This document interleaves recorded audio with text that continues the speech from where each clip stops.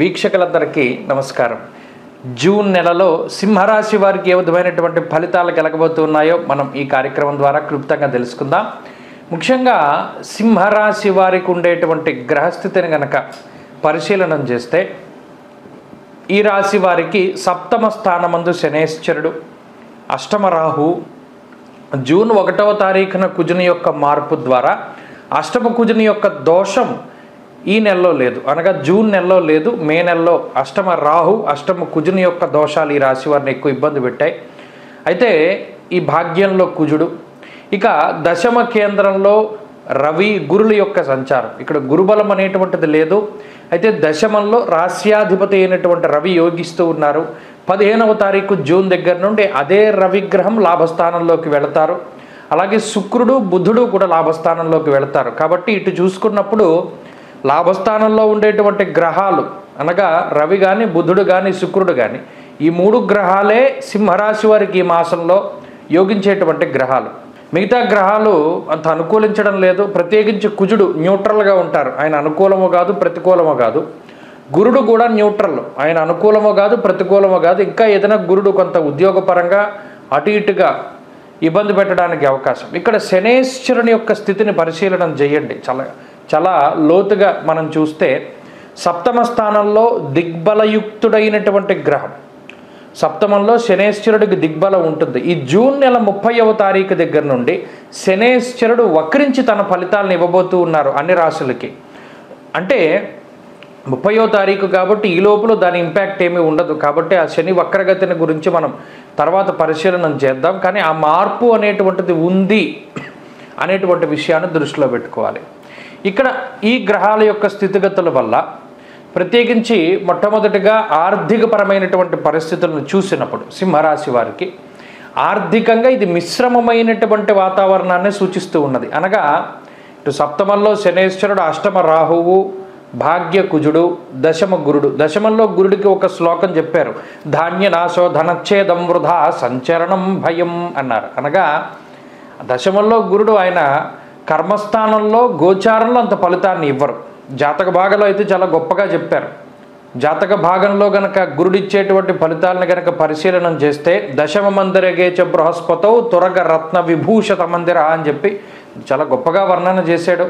అయితే గోచారంలో మాత్రం ఆ స్థాయి ఫలితం రాదు. కాబట్టి ఇక్కడ గురుడు కొంత వ్యతిరేకమే.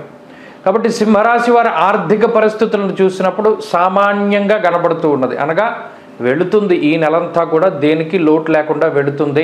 అనవసరమైనటువంటి ఖర్చులు మాత్రం పెట్టుకోకూడదు. ఇక్కడ స్వయంకృతాపరాధం చేస్తే మనం ఏం చేయలేం. గ్రహస్థితి అయితే ఏ విధంగానూ ఇబ్బంది పెట్టే విధంగా లేదు.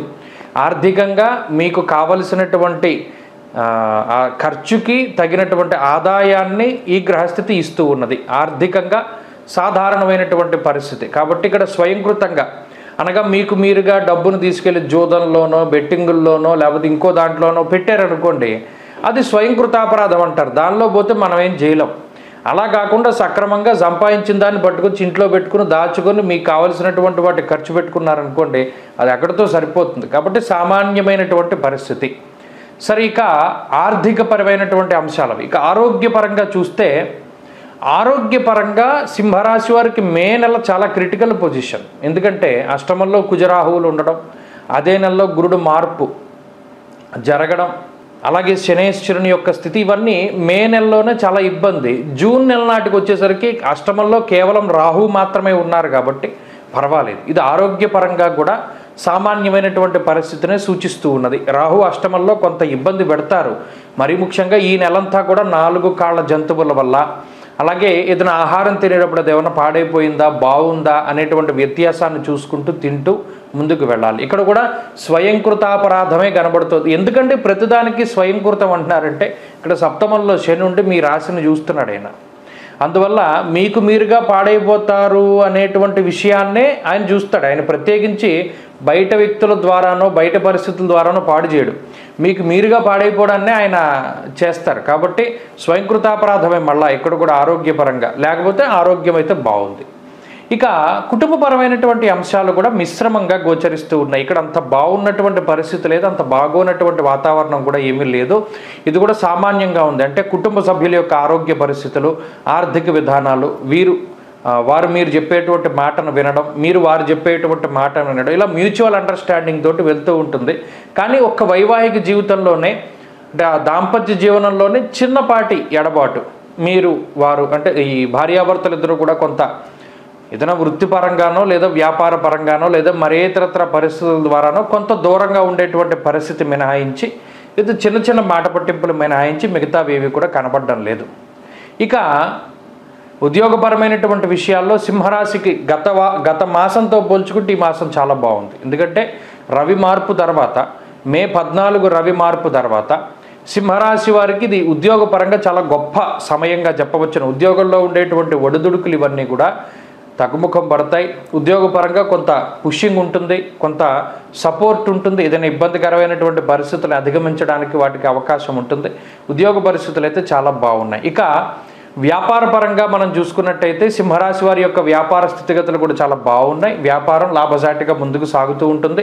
వ్యాపారపరమైనటువంటి సమస్యలు ఏమీ కూడా లేదు. ఇక విద్యార్థులకు మాత్రం ఈ గ్రహస్థితి అంత అనుకూలమైనటువంటిది కాదు. చదువరులకు మాత్రం ఈ గ్రహస్థితి ప్రతికూలంగా ఉంటుంది. చాలా జాగ్రత్తగా ఉండాలి. అలాగే స్త్రీలకి కూడా ప్రత్యేకించి ఈ గ్రహస్థితి కొంత ప్రతికూలమైనటువంటి ఫలితాలను ఇస్తూ ఉన్నది కాబట్టి ముఖ్యంగా ఆరోగ్యం పరంగా జాగ్రత్తగా ఉండాలి. స్త్రీలు స్కిన్ అంటే చర్మ సంబంధమైనటువంటి విషయాల పట్ల జాగ్రత్తగా ఉండాలి. అలాగే అగ్ని వల్ల, పదునైనటువంటి వస్తువుల వల్ల, అలాగే ఈ బొద్దింకలు, బల్లులు, సాలి పురుగులు, తేళ్ళు, జర్రెలు, ఇలా పాకేటువంటి జంతువులు, పిల్లులు, కుక్కలు, ఇటువంటి వాటి వల్ల కూడా సింహరాశి స్త్రీలు జాగ్రత్తగా ఉండడం చెప్పదగినటువంటి సూచన. ఇక వ్యవసాయం, భూమిని నమ్ముకుని జీవనాన్ని సాగించేటువంటి వారు ఎవరైతే ఉంటారో వారు ఈ మాసంలో మంచి ఫలితాలని అనుభవిస్తారు. వారు వేసినటువంటి పంటలు బాగుంటాయి, సకాలంలో వర్షాలు పడతాయి, వాళ్ళ పంటకి తగ్గట్టు పరిస్థితులు బాగున్నాయి. కాబట్టి సింహరాశి వారు ఈ మాసంలో జూన్ నెలలో మరింత అనుకూలమైనటువంటి ఫలితాలని పొందడానికి ఏం చేయాలయ్యా అంటే, ఒకటి గురుబలం పెంచుకోవడానికి ప్రయత్నం చేయాలి. గురువారం నాడు ఖచ్చితంగా దత్త దర్శనం చేసుకోవడము, దత్తాత్రేయ స్వామి వారి యొక్క అనుగ్రహం కోసమే తాపత్రయపడుతూ ఉండాలి. సిద్ధమంగళ స్తోత్రం ప్రతి నిత్యము సిద్ధమంగళ స్తోత్రం సింహరాశి వారు చదవండి. ఇన్ని ప్రతికూలతల మధ్యలో కూడా మీకు గొప్ప అవకాశాలు వస్తాయి. అలాగే ప్రత్యేకించి అష్టమరాహు యొక్క దోషాన్ని పోగొట్టుకోవడానికి మినప్పప్పు ఎక్కువగా దానం చేస్తూ ఉండండి. గారెలు కానీ, రొట్టె ముక్క కానీ, ఇడ్లీలు కానీ, దోశలు కానీ, ఇవి మినపప్పుతో చేసేటువంటి పదార్థాలు కాబట్టి వాటిని దానం చెయ్యండి. అలాగే ఇందాక చెప్పినట్టు దత్తాత్రేయుని యొక్క అనుగ్రహం కోసం సిద్ధమంగళ స్తోత్రాన్ని ప్రతినిత్యం పారాయణ చేయండి. మంచి ఫలితాలు సంప్రాప్తమవుతాయి.